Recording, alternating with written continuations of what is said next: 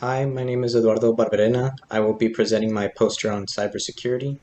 The purpose of my study is to compare the different password policies between a government agency, which in this case will be Customs and Border Protection, and a freight agency called Logy Trade. Apart from comparing the password policies, I will be proving which agency makes the strongest passwords. In this project, I conducted a survey using each agency's own password policy and a randomly generated password policy. Password policy A, which is the password policy for the employees at CBP, consists of 16 characters, an uppercase and a lowercase letter, a special symbol, and the password cannot be related to a birthday or any passwords you have used in the past. The password must also contain numbers. Password policy B, which is Logy Trade's password policy, must contain two uppercase and lowercase letters, a special symbol, and numbers, and the password must be 8 characters long. The randomly generated password policy will be known as password policy C. The password of policy C must contain an uppercase and lowercase letter and numbers, and it must be 8 characters long. My hypothesis was that CBP's password policy would provide a more secure password and the employees at CBP would create the stronger password. The survey that was created was distributed to 20 random employees at both agencies. Each was instructed to create these 3 passwords. After they were done creating their passwords, they were to answer 4 survey questions.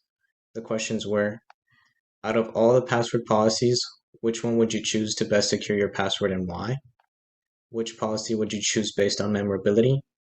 Would you use CBP's password policy for your future passwords? If not, explain why.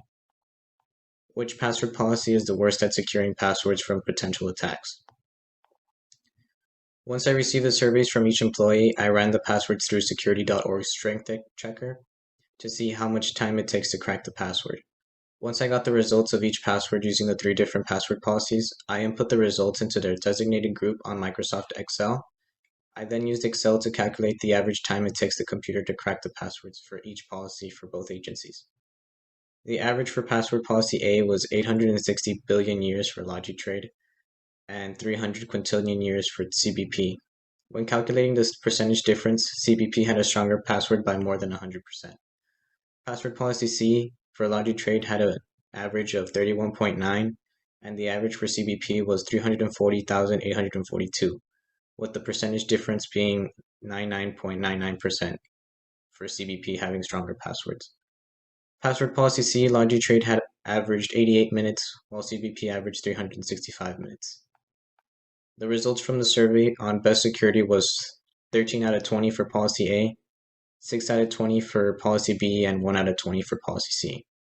For memorability, 1 chose policy A, 8 chose policy B, and the remaining 11 chose policy C. For policy A's future usability, 13 said yes and the remaining 7 said no. And for the worst security, 19 chose policy C and 1 chose policy A.